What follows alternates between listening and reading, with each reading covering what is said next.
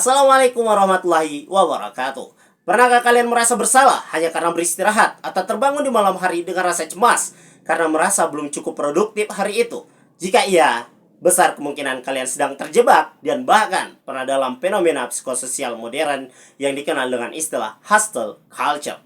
Sebuah budaya yang mengagungkan kerja keras tanpa henti, menjadikan kesibukan sebagai simbol keberhasilan dan mengukur harga diri seseorang dari seberapa padat jadwal hariannya. Perkenalkan, saya Ali Akbar, mahasiswa dari Universitas Insan Cita Indonesia, program studi digital neuropsikologi. Dalam video kali ini, saya ingin mengajak kalian menyelami lebih dalam fenomena hustle culture dari sudut pandang psikologi dan ilmu saraf. Kita akan membedah bukan hanya apa yang tampak di permukaan, tetapi juga dinamika yang tersembunyi di dalam pikiran, perasaan, serta sistem kerja otak manusia yang terkena dampak budaya ini, hustle culture. Fenomena ini bukan hanya soal semangat kerja, tetapi tentang ilusi produktivitas yang justru menimbulkan kecemasan, kelelahan mental, dan bahkan kehilangan makna. Kita akan telusuri bagaimana hustle culture bisa memicu gangguan mental, serta bagaimana media sosial memperparah tekanan itu dengan glorifikasi pencapaian tanpa jeda. Mari kita kupas bersama, apakah hustle culture benar-benar mendorong kita menjadi versi terbaik dari diri kita, atau justru perlahan mengikis kemanusiaan kita layaknya seperti robot. Hustle culture adalah pola pikir dan gaya hidup yang mengagungkan produktivitas ekstrim, di mana individu merasa harus selalu sibuk untuk merasa bernilai. Budaya ini tidak hanya tumbuh di dunia kerja profesional, tetapi juga menyusup ke dunia akademik, industri kreatif, bahkan kehidupan sehari-hari. Istilah hustle sendiri berarti berjuang keras, namun dalam konteks budaya ini, ia bermetamorfosis menjadi dorongan obsesif untuk terus bekerja, terus bergerak, dan terus menghasilkan sesuatu, bahkan saat tubuh dan pikiran telah memberikan sinyal lelah. Media sosial menjadi medium utama penyebaran budaya ini di Instagram dan TikTok utamanya. Kita disuguhkan konten-konten seperti A Day in the Life of CEO atau orang-orang yang bekerja hingga larut malam dengan bangga menggugahnya sebagai bentuk pencapaian. Menjadi mantra kolektif yang memaksa individu untuk terus tampil produktif, seolah-olah beristirahat adalah bentuk kegagalan. Akibatnya, banyak individu mulai merasakan tekanan tak kasat mata, merasa bersalah saat istirahat, merasa cemas saat bangun tanpa agenda, merasa tertinggal hanya karena tidak mau posting hasil kerjanya hari itu. Inilah sisi gelap dari hustle culture, budaya yang membentuk standar tidak realistis dan melupakan esensi bahwa manusia bukan mesin. Orang-orang dikendalikan melalui media sosial, melalui akun-akun Instagram, TikTok, dan lain sebagainya, sehingga mereka kehilangan kemampuan untuk berpikir secara realistis. Untuk memahami dampak hustle culture lebih dalam, mari kita telaah dari 3 aspek utama psikologi manusia: kognisi, emosi, dan perilaku. Ketiganya saling berkaitan dan menunjukkan betapa kuatnya pengaruh budaya ini terhadap keseharian individu. Pertama, kognisi atau pikiran. Individu yang berada dalam tekanan hustle culture cenderung mengalami distorsi kognitif. Mereka membentuk keyakinan tidak rasional, seperti kalau aku hari ini istirahat, berarti aku pemalas. Produktivitasku menentukan harga diriku. Aku harus terus bergerak, aku harus terus bekerja. Kalau tidak, aku akan tertinggal dari yang lainnya. Distorsi seperti ini menjebak individu dalam pola pikir hitam putih yang menyebabkan ketegangan mental dan ketidakmampuan untuk menerima kegagalan atau keterbatasan sebagai bagian dari kehidupan manusia yang serba terbatas. Dalam jangka panjang, distorsi kognitif ini dapat menurunkan kepercayaan diri, self-esteem, menciptakan kecemasan kronis, dan menanamkan pola pikir yang tidak tepat terhadap definisi kesuksesan. Kedua, secara emosional atau perasaan, hustle culture dapat memicu beberapa emosi, seperti kecemasan sosial, takut tidak diakui jika tidak terlihat sibuk oleh publik. Rasa bersalah muncul saat mengambil waktu istirahat. Frustasi, mudah marah karena standar yang tidak tercapai pada hari itu. Perasaan tidak cukup baik walau sudah berusaha semaksimal mungkin. Perasaan-perasaan ini berakar dari harapan internal maupun eksternal yang tidak realistis, yang membuat individu mengalami tekanan emosional berkelanjutan. Rasa tidak puas menjadi konstan. sehingga pencapaian tidak pernah cukup. Pada akhirnya, individu bisa mengalami kelelahan emosional, bahkan gangguan mood seperti depresi. Dan dilihat dari yang ketiga, perilaku yang muncul akibat hustle culture. Bekerja tanpa henti, tanpa manajemen energi yang baik, sehingga mengabaikan tidur, mengabaikan makan, dan bahkan tidak berolahraga sama sekali. Merasa tidak bisa berhenti bekerja, bahkan saat tidak diperlukan sama sekali. Menjadikan setiap aktivitas sebagai bahan pembuktian produktivitas di media sosial, karena standarnya sudah menjadi standar media sosial. Ironisnya, perilaku ini seringkali diberi label ambisius atau dedikatif, padahal bisa menjadi bentuk kompensasi psikologis atas ketidakpuasan diri atau ketakutan sosial. Individu seringkali merasa dirinya tidak cukup jika tidak terus menunjukkan pencapaian. Jika tidak diwaspadai, pola ini dapat mengarah pada burnout kronis, konflik relasi interpersonal, serta kehilangan makna dalam hidup karena terlalu terfokus pada validasi eksternal dan media sosial. Ini benar-benar berbahaya teman-teman untuk kehidupan kita sehari-hari. Jika kita tidak seperti manusia, akan tetapi seperti robot yang dikendalikan oleh media sosial. Untuk memahami lebih dalam fenomena hustle culture, kita bisa melihat bagaimana beberapa teori psikologi klasik dan kontemporer menjelaskan motif, dinamika, dan dampak budaya ini terhadap individu. Berikut 3 teori utama yang relevan dengan hustle culture. Yang pertama, teori hierarki kebutuhan Maslow. Menurut Abraham Maslow, manusia memiliki hierarki kebutuhannya terdiri dari 5 level. Kebutuhan fisiologis, rasa aman, kasih sayang dan keterikatan, harga diri, dan aktualisasi diri. Hustle culture sering mendorong individu untuk langsung mengejar level tertinggi, aktualisasi diri, seperti pencapaian besar, personal branding, atau sukses finansial, tanpa terlebih dahulu memenuhi kebutuhan dasar seperti istirahat yang cukup, rasa aman, dan relasi yang sehat. Hal ini menciptakan ketidakseimbangan. Misalnya, seseorang mungkin terlihat sukses secara karir, tetapi hidupnya dipenuhi kecemasan, kesepian, atau kelelahan kronis. Mereka mengabaikan kebutuhan emosional dan fisik demi memenuhi ekspektasi pencapaian media sosial hustle culture-nya. Teori kedua adalah teori behaviorisme dari B.F. Skinner.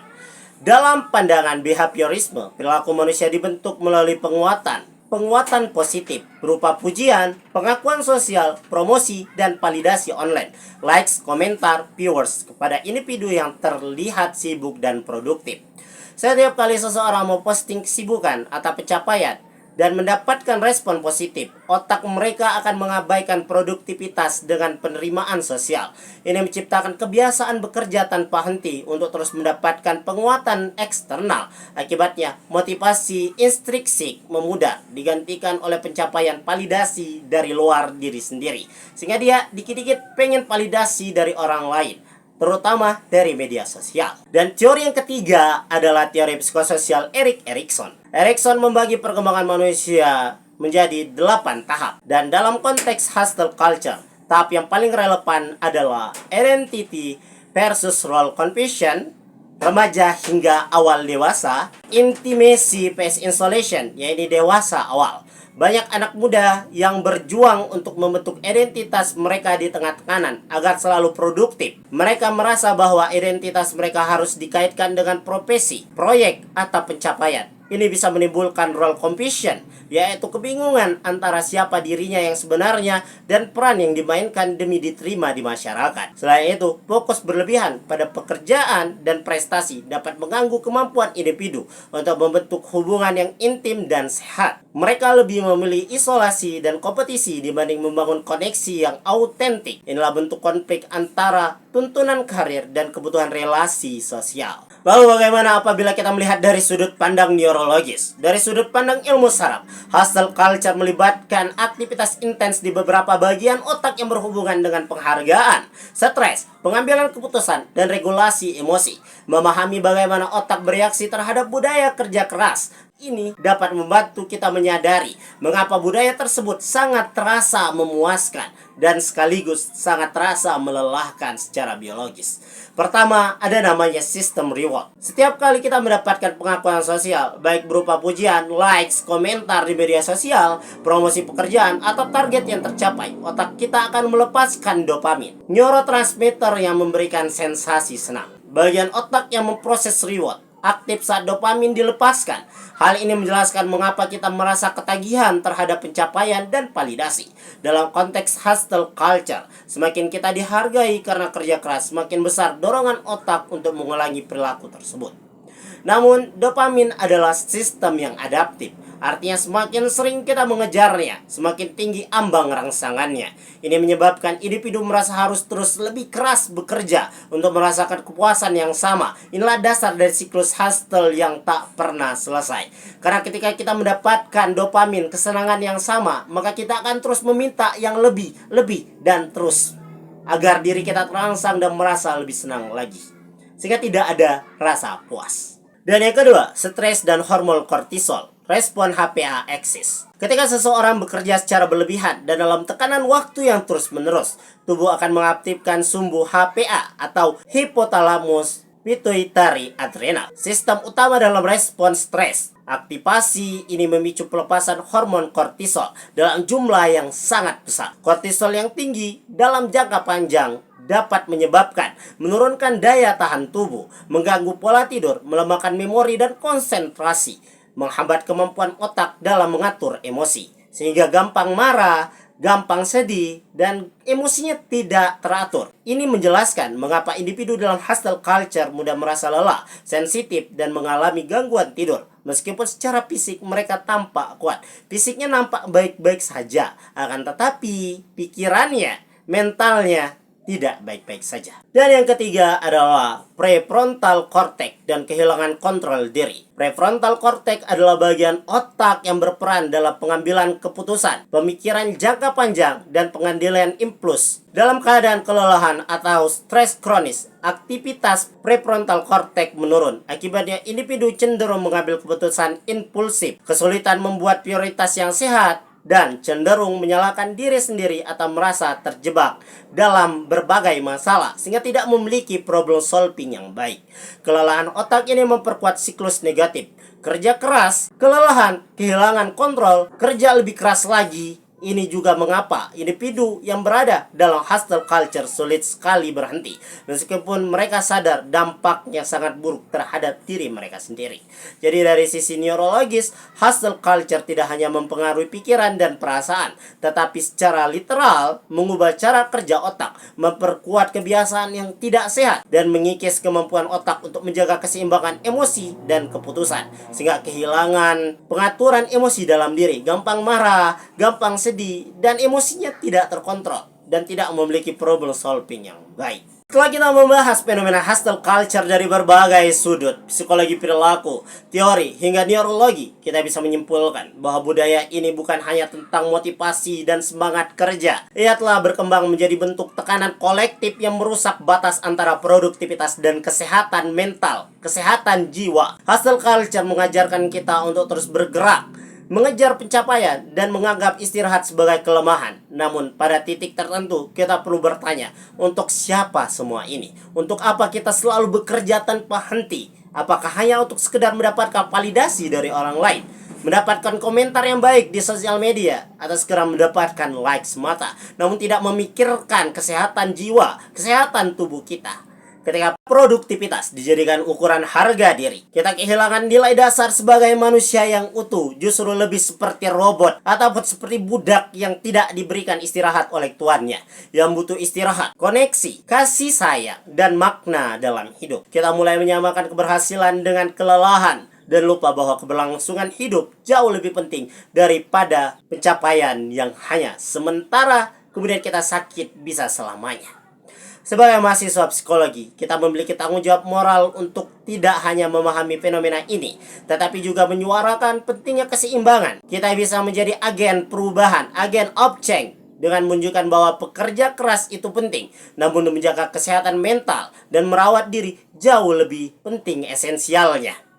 Jangan sampai kita membanggakan diri karena tidak tidur, tapi justru kehilangan arah dan makna hidup. Biarkan jeda menjadi bagian dari perjalanan ini, bukan musuhnya. Saya harap video ini membuka wawasan dan menggugah kesadaran kita semua. Semoga kita bisa menjadi generasi yang lebih baik, generasi yang tidak sibuk untuk mengejar validasi dari orang lain, tapi kita bisa menjadi generasi yang sehat, sadar, dan seimbang apa yang kita kerjakan dan yang kita pikirkan. Saya Ali Akbar, terima kasih. Wassalamualaikum warahmatullahi wabarakatuh.